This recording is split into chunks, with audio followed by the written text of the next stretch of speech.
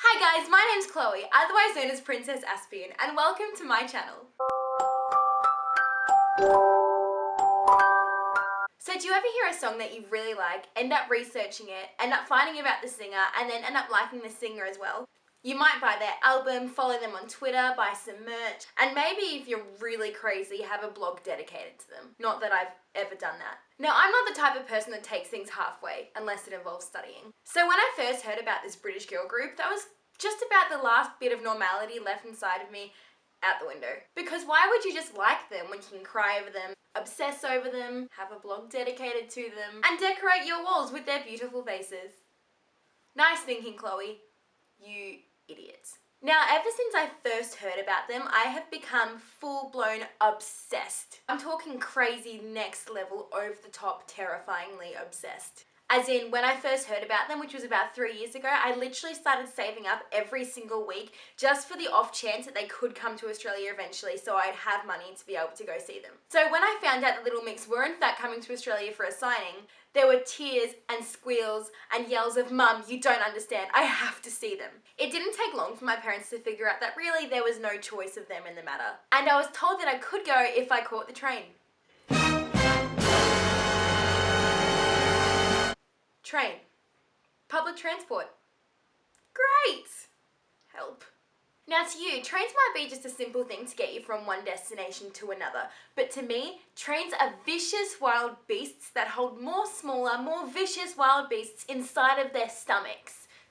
So it's really overall a pretty unpleasant experience. Come on, Chloe, you can do this. Do it for the bands. So anyway, I ended up getting over my fears and catching the train, but to make it all the more exciting and exhilarating, the train that I was on broke down, and the loudspeaker that was on the train started screaming out, "Emergency, evacuate." Now, I don't know about you, but when I hear the words emergency and evacuate in the same sentence, my very first thought is, brilliant, we're all going to die. So I got off the train, waited, stressed over the fact that this was definitely not part of my planned routine, stressed over the fact that there was a possible terrorist attack, stressed more over the fact that this was definitely not part of my planned routine, and then I changed trains. Long story short, I didn't die. Praise Jesus!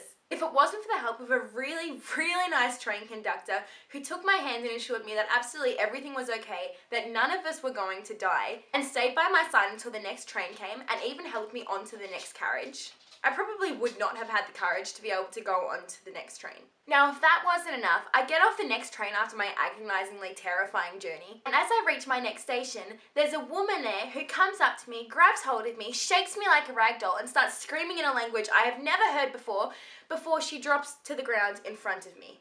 I wish I was making this up. Trust me. It's not even 9:30 in the morning yet, and I've just about had 2 near-death experiences. But alas, never fear. My years of watching Dr. Phil have trained me for this exact moment. So as the woman is seizuring in front of me, I grab my phone and dial 000 while screaming out for the train conductor. Now, I'm absolutely terrified of doctors, emergency situations, sirens, phone calls, and having a woman who was blacked out in front of me really was not making the situation any easier.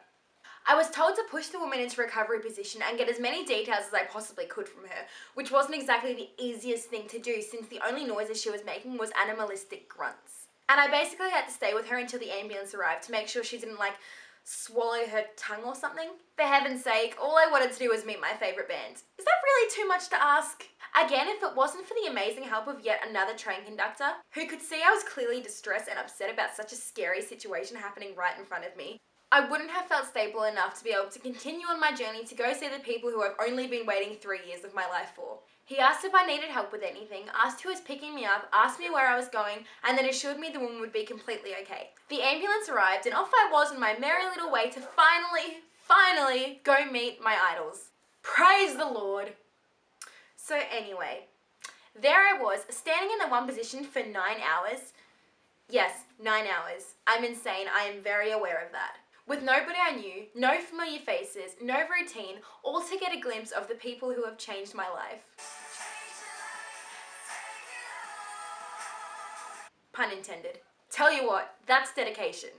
I don't even go to Safeway by myself. Now, in typical Chloe style, during the lining up, I came to the realization that I actually didn't have a secure plan for after the signing. The shops closed before I was able to get picked up, and I wasn't aware of anything around the area which would be open and able for me to stay in as I waited for my dad to pick me up. Oh dear.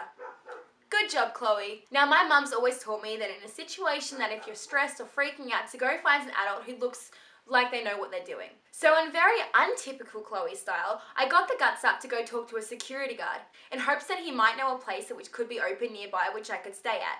But after not even a second of thought, he gave me his card which had his phone number and all of those fancy details on it, and told me that if I couldn't find anything, to call him as soon as we were finished, and he would wait inside of the shops with me until I was able to get picked up. He was literally going to leave the entire shopping centre open just so I would have a safe place to stay. Now, I'm not going to go into all the gory details of actually meeting Little Mix. If you're friends with me on Facebook, your eyes are already bleeding from all of the posts you've seen. If you're my parents, your ears are definitely bleeding from all of the times you've heard about it. To be honest, I'm not even sorry. But let me assure you, there was a lot of tears, a lot of squealing, and a lot of I literally love you so much. Now, after I saw the girls, I literally had a complete meltdown. I'm not just talking a little excited whimper either.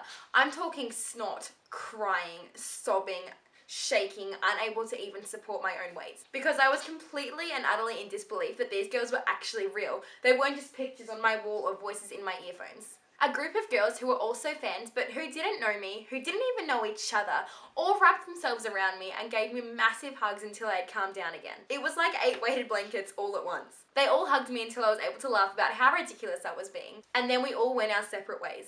Not long after the signing, Little Mix also announced they were going to be coming back to Australia for a tour. There was a whole nother round of screaming and crying, and I have to see them. I can guarantee you that it was just as exciting experience, if not more exciting, than when I first got to see them. I saved up for 3 years for VIP tickets, got to bring my best friends along, and was 4 rows away from their extravagant faces. We were like you can't see because you're behind a camera, but it was really, really close, and I cried more times than I would openly like to admit. I even got to meet a group of girls who I've been talking to for a few weeks beforehand. A couple of weeks before the concert, a group of Melbourne mixers started a group conversation on Twitter, simply to discuss the more practical, literal things, like the venue, where we were going to meet, what exactly was happening, you know, all the practical stuff. But somehow this group turned from something extremely practical to something absolutely insane, which tends to happen if ever I'm involved in anything. And I found myself talking to the most amazing, beautiful, insane, crazy bunch of girls I've ever spoken to, who I chatted with every single day leading up to the concert.